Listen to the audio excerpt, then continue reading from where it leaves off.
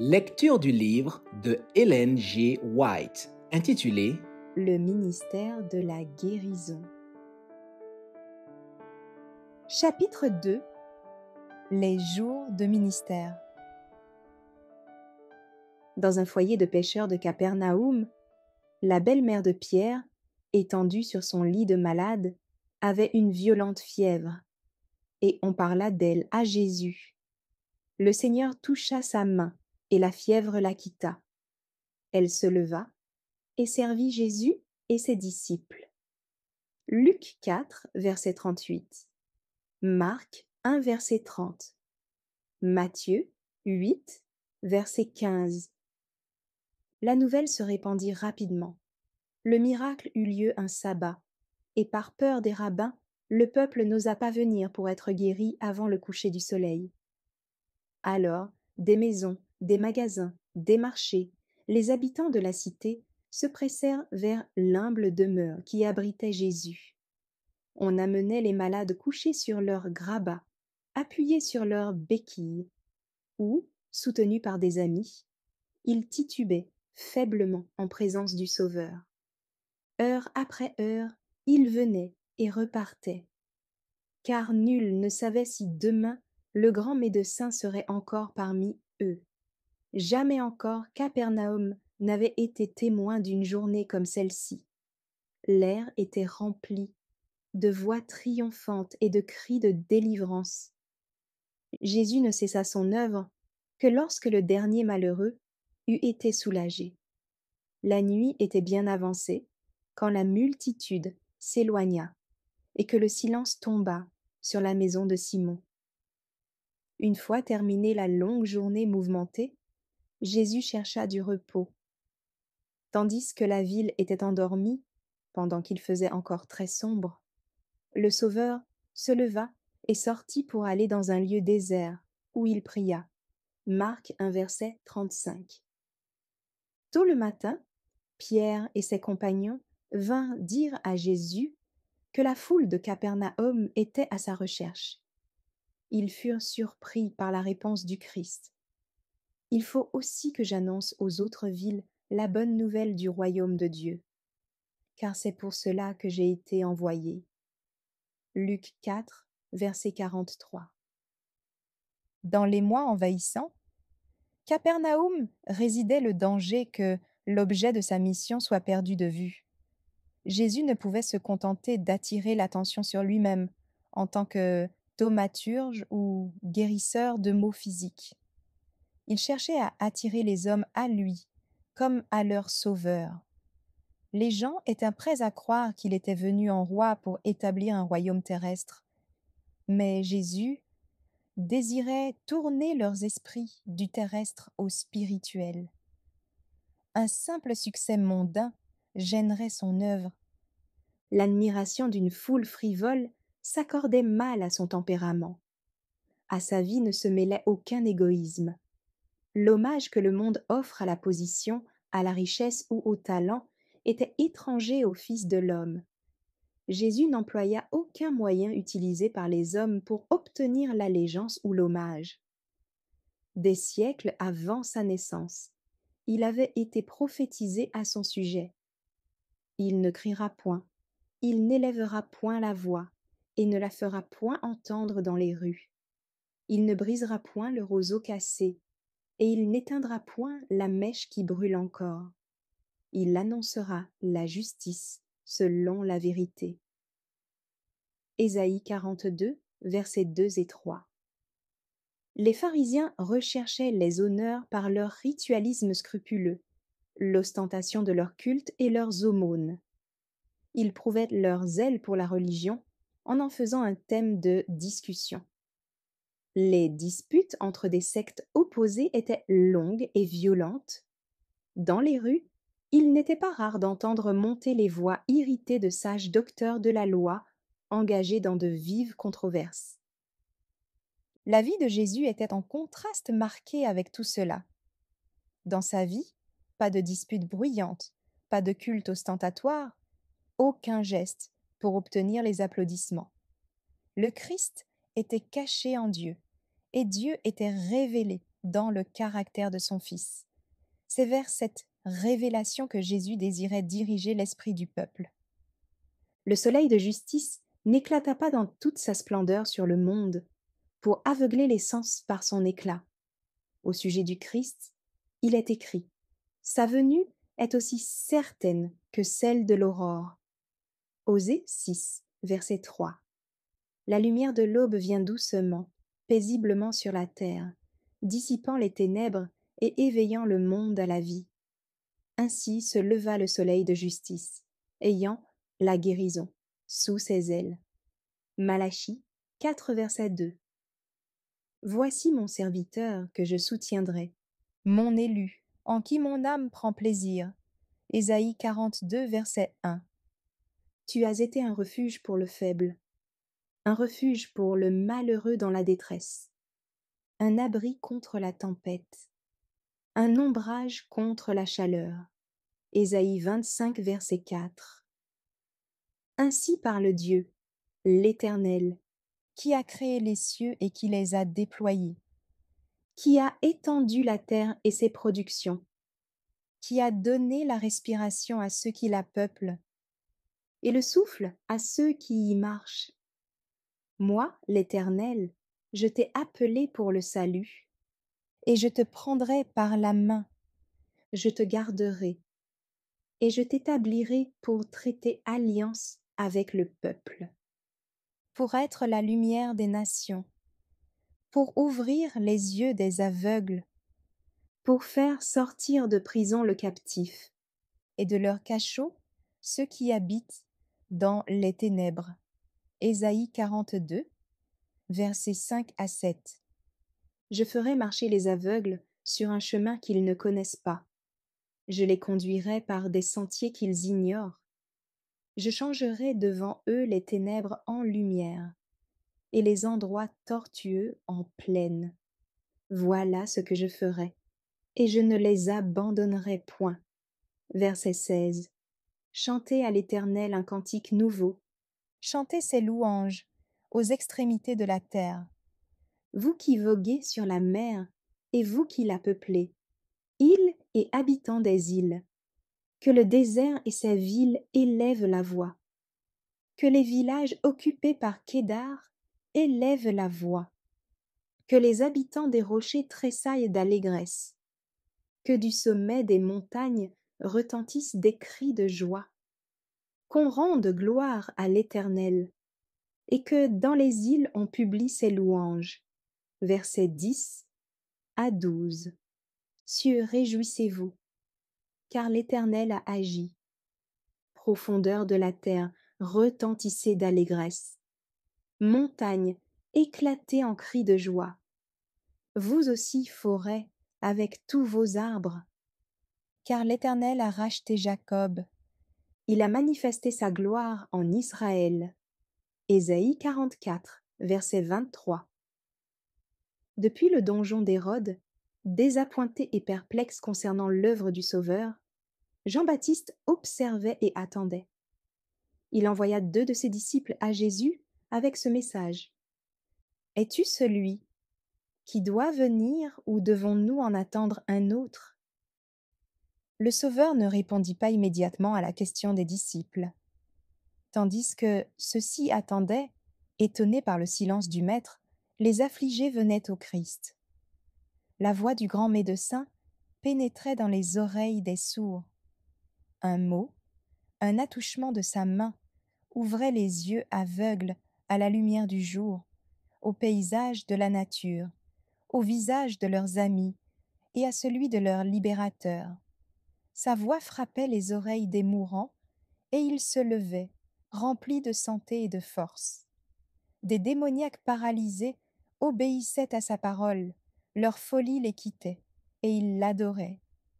Les pauvres, paysans et ouvriers, méprisés par les rabbins qui les considéraient comme impurs, se groupaient autour de Jésus. Il leur disait les paroles de la vie éternelle. Ainsi passa la journée. Les disciples de Jean virent et entendirent tout cela. Finalement, Jésus les appela à lui. Il les renvoya vers Jean pour lui dire ce qu'ils avaient vu et entendu. ajoutant « Heureux celui pour qui je ne serai pas une occasion de chute. » Matthieu 11, verset 6. Les disciples transmirent le message, et cela fut suffisant. Jean se souvint de la prophétie concernant le Messie. « L'Éternel m'a oint pour porter de bonnes nouvelles aux malheureux. Il m'a envoyé pour guérir ceux qui ont le cœur brisé, pour proclamer aux captifs la liberté et aux prisonniers la délivrance, pour publier une année de grâce de l'Éternel, pour consoler tous les affligés. » Ésaïe 61, versets 1 et 2. Jésus de Nazareth était celui qui avait été promis. L'épreuve de sa divinité était visible dans son ministère en faveur d'une humanité souffrante. Sa gloire se manifestait dans sa condescendance pour notre humble condition. Les œuvres du Christ révèlent non seulement que Jésus est bien le Messie, mais aussi comment son royaume doit être établi. La vérité révélée à Élie dans le désert fut aussi révélée à Jean quand il y eut un vent fort et violent qui déchirait les montagnes et brisait les rochers. L'Éternel n'était pas dans le vent. Et après le vent, ce fut un tremblement de terre. L'Éternel n'était pas dans le tremblement de terre. Et après le tremblement de terre, un feu. L'Éternel n'était pas dans le feu. Et après le feu, un murmure doux et léger. 1 Rois 19, versets 11 et 12. Jésus ne devait donc pas accomplir son œuvre en renversant trône et royaume, ni par de pompeuses manifestations extérieures, mais en parlant au cœur des hommes par une vie de miséricorde et de renoncement. Le royaume de Dieu ne vient pas par des manifestations extérieures. Il vient par la douce inspiration de sa parole, par le travail intérieur de son esprit, par la communion de l'âme avec le Christ, qui est sa vie. La plus grande manifestation de sa puissance peut se constater quand la nature humaine est amenée à la perfection du caractère du Christ. Les disciples du Christ doivent être la lumière du monde, mais Dieu ne leur demande pas de faire un effort pour briller. Il n'approuve aucune tentative imbue de propre justice pour déployer une piété supérieure.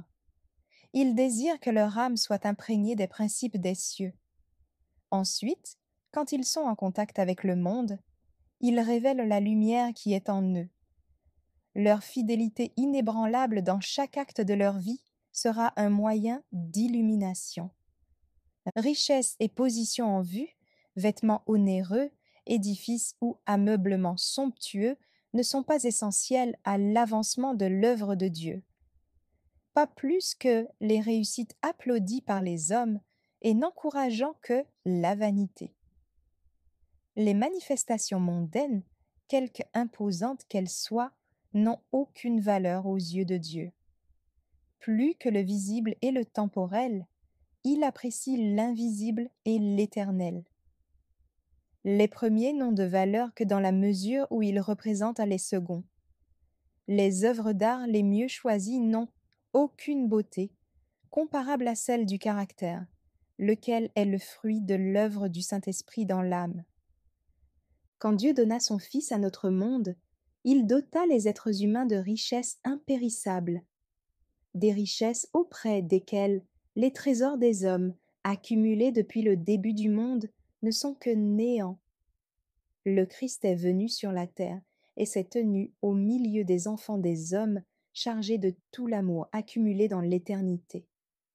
Voilà le trésor que nous pouvons recevoir par notre communion avec lui, pour le révéler, le donner. Le dévouement consacré de l'ouvrier en révélant la puissance de la grâce du Christ pour transformer une vie sera la mesure de l'efficacité de l'effort humain dans l'œuvre de Dieu. Nous devons être différents du monde parce que Dieu a placé son sceau sur nous, parce qu'il révèle en nous son propre caractère fondé sur l'amour. Notre Rédempteur nous couvre de sa justice quand il choisit hommes et femmes pour son service. Dieu, ne se demandent pas s'ils possèdent les richesses humaines, l'instruction ou l'éloquence. Ils se demandent: ont-ils une humilité telle que je puisse leur enseigner mes voies? Pourrais-je mettre mes paroles sur leurs lèvres? Me représenteront-ils? Dieu se sert de n'importe qui dans la mesure où il peut mettre son esprit dans le temple de leur âme. L'œuvre qu'il accepte est celle qui reflète son image.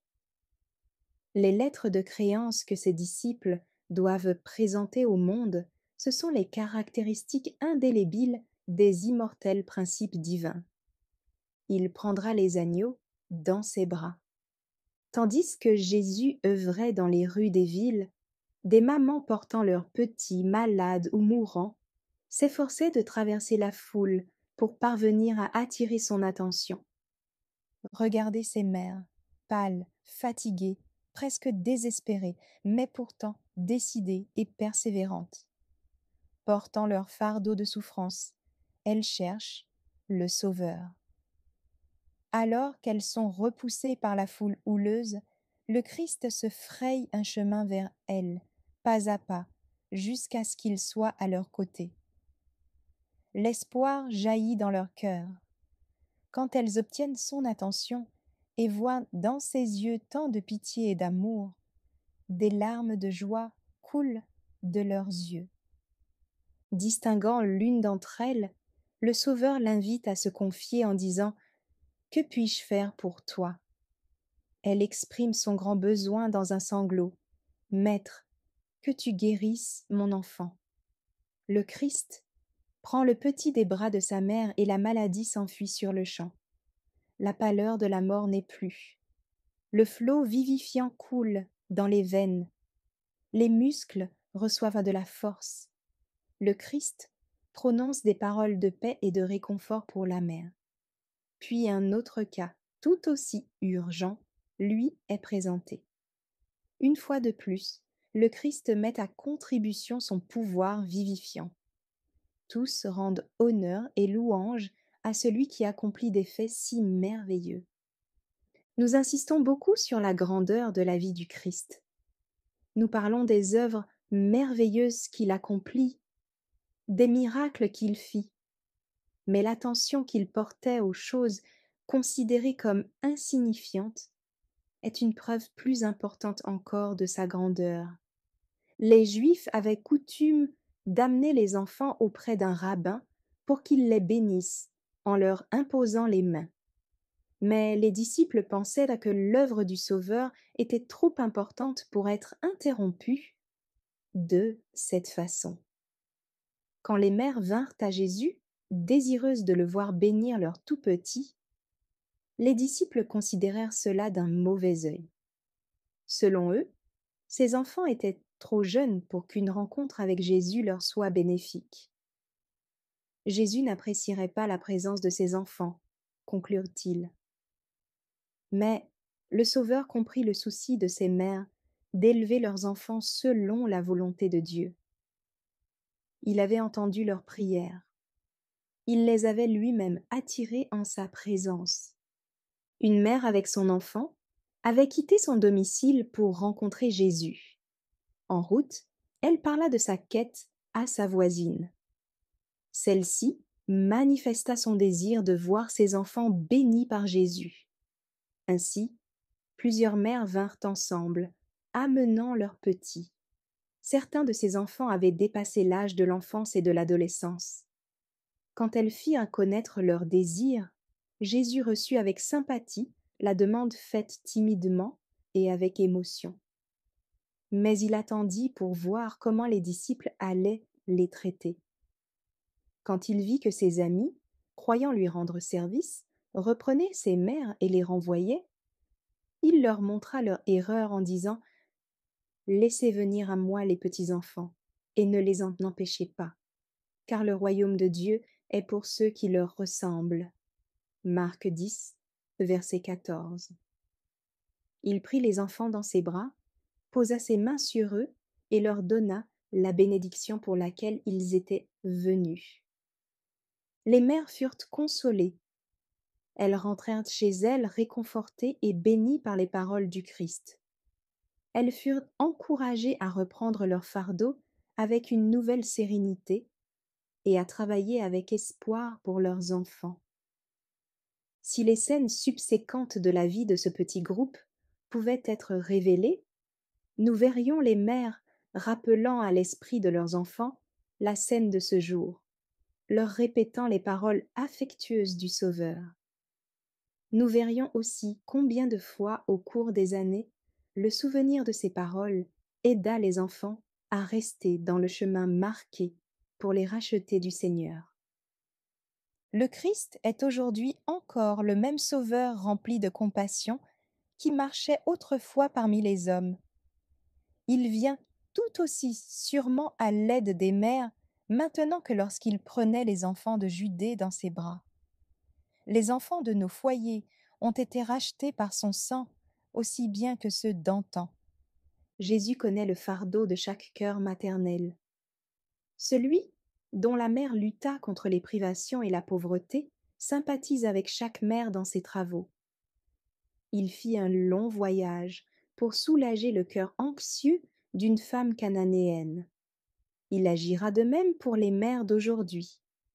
Celui qui rendit à la veuve de Naïn son fils unique, et qui dans son agonie sur la croix se souvint de sa propre mère, est touché aujourd'hui par les soucis d'une maman. Il la consolera et l'aidera dans toutes ses peines et chacun de ses besoins.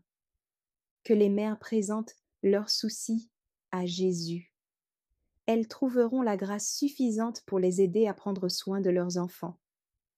Les portes sont ouvertes pour toute mère désireuse de déposer ses fardeaux aux pieds du Sauveur. Il a dit « Laissez venir à moi les petits enfants, et ne les en empêchez pas. » Marc 10, verset 14. Et il invite encore les mères à lui présenter leurs petits pour qu'ils les bénissent. Dans les enfants qu'on lui présenta, Jésus voyait les hommes et les femmes pouvant être héritiers de sa grâce et sujets de son royaume. Certains d'entre eux subiraient le martyre en son nom. Il savait que ses enfants l'écouteraient et l'accepteraient comme leur sauveur bien plus facilement que les gens plus âgés dont beaucoup étaient les sages de ce monde, mais avaient le cœur endurci. Dans sa prédication, Jésus se mit au niveau de ces jeunes. La majesté des cieux répondait à leurs questions et simplifiait ses importants enseignements pour être à la portée de leur compréhension enfantine. Il planta dans leur esprit la semence de la vérité qui lèverait et porterait des fruits pour la vie éternelle. Quand Jésus dit à ses amis de ne pas empêcher les enfants de venir à lui, il parlait à ses disciples de tous les temps, aux dirigeants d'église, prédicateurs, assistants et à tous les chrétiens. Jésus attire les enfants. Il nous prie « Laissez-les venir à moi ». C'est comme s'il disait « Ils viendront si vous ne les en empêchez point ». Ne laissez pas votre caractère, si peu à l'image du Christ, donner une fausse image de lui. Que votre froideur et votre dureté n'éloignent pas les enfants de Jésus. Ne leur donnez pas l'impression que le ciel ne sera pas un endroit agréable si vous vous y trouvez. Ne parlez pas de la religion comme d'un sujet incompréhensible pour les enfants. N'agissez pas comme si l'on n'attendait pas qu'ils acceptent le Christ dans leur enfance. Ne leur donnez pas la fausse impression que la religion du Christ est une religion triste, et qu'en venant au Sauveur, ils doivent abandonner tout ce qui rend la vie joyeuse. Le Saint-Esprit agit sur le cœur des enfants. Coopérez avec lui. Dites aux enfants que le Sauveur les appelle et que rien ne peut lui procurer une plus grande joie que de les voir se donner à lui à l'aurore et dans la fraîcheur de leur vie. Responsabilité des parents. Le Sauveur éprouve une tendresse infinie pour les âmes qu'il a rachetées par son sang. Elles sont les fruits de son amour. Il veille sur elles avec une attention indicible. Son cœur s'ouvre non seulement pour les plus attirants et les mieux élevés des enfants, mais aussi pour ceux qui, par hérédité ou par négligence, ont des traits de caractère discutables. Bien des parents ne comprennent pas à quel point ils sont responsables de ces défauts chez leurs enfants. Ils n'ont pas la tendresse et la sagesse voulues pour traiter les égarés, qu'ils ont fait ce qu'ils sont. Mais Jésus regarde ses enfants avec pitié. Il voit la cause et les effets. L'ouvrier chrétien peut être l'agent du Christ pour ramener ces pauvres égarés et fautifs à leur Sauveur. Par la sagesse et le tact, il peut les lier à son cœur, leur donner courage et espoir. Et par la grâce du Christ, il peut voir changer leur caractère jusqu'à ce que l'on puisse dire d'eux: le royaume de Dieu est pour ceux qui leur ressemblent. 5 petits pains d'orge nourrissent une multitude. Tout le jour, la foule avait suivi Jésus et ses disciples pas à pas, tandis qu'il enseignait le long de la mer. Ils avaient écouté ses paroles de grâce, si simples et si claires, qu'elles étaient pour leur âme comme le baume de Galaad. Sa main divine avait procuré la guérison et la santé aux malades, et la vie aux mourants. La journée avait été pour eux comme le ciel sur la terre. Ils ne se rendaient pas compte du temps écoulé depuis qu'ils avaient mangé. Le soleil se couchait à l'ouest, et cependant les gens s'attardaient encore. Les disciples vinrent finalement au Christ, insistant que pour son propre bien, la multitude soit renvoyée. Plusieurs venaient de loin et n'avaient pas mangé depuis le matin. Ils pourraient trouver de la nourriture dans les villages voisins. Mais Jésus dit: « Donnez-leur vous-mêmes à manger. » Matthieu 14, verset 16. Puis, se tournant vers Philippe, il demanda: « Où achèterons-nous des pains pour que ces gens aient à manger ?» Regardant cette mer de tête, Philippe se dit qu'il était impossible de fournir de la nourriture pour une telle foule. Il répondit que même 200 deniers ne suffiraient pas pour donner un peu de nourriture à chacun. Jésus demanda quels aliments étaient disponibles parmi la foule. « Il y a ici un jeune garçon, dit André, qui a 5 pains d'orge et 2 poissons. » Mais qu'est-ce que cela pour tant de gens? Verset 9. Jésus demanda qu'on les lui apportât. Il dit aux disciples de faire asseoir les gens sur l'herbe. Quand ce fut fait, il prit les aliments, et levant les yeux vers le ciel, il rendit grâce. Puis, il rompit les pains et les donna aux disciples, qui les distribuèrent à la foule. Tous mangèrent et furent rassasiés, et l'on emporta 12 paniers pleins des morceaux qui restaient. Matthieu 14, versets 19 et 20. Le Christ nourrit la multitude par un miracle de la puissance divine. Et pourtant, combien humble était la nourriture fournie! Seulement des poissons et des pains d'orge, l'alimentation de base des pêcheurs de Galilée. Le Christ aurait pu convier ses auditeurs à un riche repas, mais des aliments préparés uniquement pour satisfaire l'appétit ne leur auraient rien appris pour leur bien. Par ce miracle, le Christ voulait enseigner une leçon de simplicité. Si les hommes aujourd'hui cultivaient des habitudes de simplicité, vivant en harmonie avec les lois de la nature, comme le faisaient au commencement Adam et Ève, il y aurait largement de quoi suffire aux besoins de la famille humaine. Mais l'égoïsme et l'assouvissement des appétits ont entraîné la misère et le péché, d'un côté par l'excès, de l'autre par le manque. Jésus ne voulait pas attirer les gens à lui, en flattant leur goût du luxe. Ce repas simple fut pour cette grande foule fatiguée et affamée après une longue journée impressionnante, à la fois une assurance de la puissance de Jésus et de ses tendres soins dans les nécessités communes de la vie.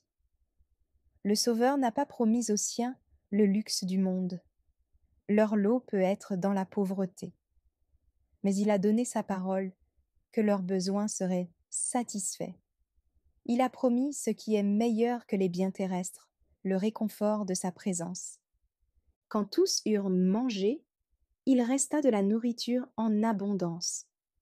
Jésus pria ses disciples de ramasser les morceaux qui restent, afin que rien ne se perde. Jean 6, verset 12. Ces paroles signifient davantage que simplement mettre les restes dans des paniers. Il y a là deux leçons. Rien ne doit se perdre. Nous ne devons laisser glisser entre nos doigts aucun avantage temporel et nous ne devons rien négliger de ce qui servirait au bien d'un être humain. Rassembler tout ce qui peut soulager les besoins des affamés sur la terre. Le pain du ciel pouvant satisfaire les besoins de l'âme doit être réuni avec le même soin. Nous devons vivre de chaque parole de Dieu. Rien de ce que Dieu a dit ne doit être perdu. Nous ne devons pas négliger une seule des paroles qui concernent notre salut éternel. Pas un mot ne doit tomber à terre sans but. Le miracle des pains enseigne la dépendance envers Dieu. Quand le Christ nourrit les 5000 hommes, les aliments n'étaient pas à la portée de sa main. Il n'avait apparemment aucun moyen à sa disposition. Et il était là, dans le désert, avec 5000 hommes, sans compter les femmes et les enfants. Il n'avait pas non plus invité la multitude à le suivre. Avides d'être en sa présence, tous étaient venus sans être invités ni appelés. Cependant, Jésus savait qu'après avoir écouté tout le jour ses instructions, ils étaient affamés et épuisés. Ils étaient loin de chez eux et la nuit tombait. Beaucoup d'entre eux n'avaient même pas d'argent pour acheter de la nourriture. Celui qui, pour eux, avait jeûné pendant 40 jours dans le désert ne souffrirait pas qu'ils retournent chez eux à jeun. La providence divine avait placé Jésus où il se trouvait. Il dépendait de son Père pour recevoir les moyens de soulager les besoins. Lorsque nous sommes dans une situation difficile, nous devons nous fier à Dieu. En toute situation critique, nous devons chercher le secours auprès de celui qui dispose des ressources infinies. Dans ce miracle, le Christ reçut du Père, transmis aux disciples qui donnèrent au peuple, et la foule se passa le pain de main en main. Ainsi, tous ceux qui sont unis au Christ recevront de lui le pain de vie et le partageront avec d'autres. Les disciples du Christ sont les moyens de communication prévus entre le Christ et le peuple. Quand les disciples entendirent l'ordre du Sauveur, « Donnez-leur vous-même à manger », toutes sortes d'objections jaillirent à leur esprit. Ils demandèrent « Irons-nous acheter des pains ?» Mais qu'avait dit Jésus ? « Donnez-leur vous-même à manger ». Les disciples apportèrent à Jésus tout ce qu'ils avaient. Il ne les invita pas à manger. Il leur demanda de servir le peuple. La nourriture se multipliait entre ses mains et celle des disciples se tendant vers lui était sans cesse remplie. Les maigres provisions furent suffisantes pour tous. Quand la multitude eut été nourrie, les disciples mangèrent avec Jésus du précieux pain fourni par le ciel. Combien de fois nos cœurs se serrent quand nous voyons les besoins des pauvres, des ignorants, des affligés. Nous nous demandons de quelle valeur sont nos faibles forces et nos maigres ressources pour suppléer à ces terribles besoins. Ne devrions-nous pas attendre quelqu'un de plus compétent pour diriger l'œuvre, compter sur l'intervention d'une organisation quelconque? Mais le Christ a dit « Donnez-leur vous-mêmes à manger ». Servez-vous des moyens, du temps, des capacités dont vous disposez. Apportez à Jésus vos pains d'orge. Si vos ressources sont insignifiantes pour nourrir des milliers de personnes, elles peuvent suffire pour une seule. Entre les mains du Christ, elles peuvent en nourrir bien davantage. Comme les disciples, donnez ce que vous avez. Le Christ multipliera le don. Il récompensera la simplicité et la bonne foi. ce qui ne semblait qu'un maigre apport s'avérera être un riche banquet. Celui qui sème peu moissonnera peu, et celui qui sème abondamment moissonnera abondamment. Dieu peut vous combler de toutes sortes de grâces, afin que, possédant toujours en toutes choses de quoi satisfaire à tous vos besoins, vous ayez encore en abondance pour toute bonne œuvre, selon qu'il est écrit. Il a fait des largesses, il a donné aux indigents. Sa justice subsiste à jamais. Celui qui fournit de la semence au semeur et du pain pour sa nourriture, vous fournira et vous multipliera la semence, et il augmentera les fruits de votre justice. Vous serez de la sorte enrichis à tous égards pour toute espèce de libéralité. 2 Corinthiens 9, versets 6 à 11. Merci d'avoir écouté cette lecture. Si vous avez des questions ou des remarques sur le thème abordé, n'hésitez pas à les partager dans les commentaires et notre équipe ne manquera pas de les considérer. À bientôt sur lereste.org.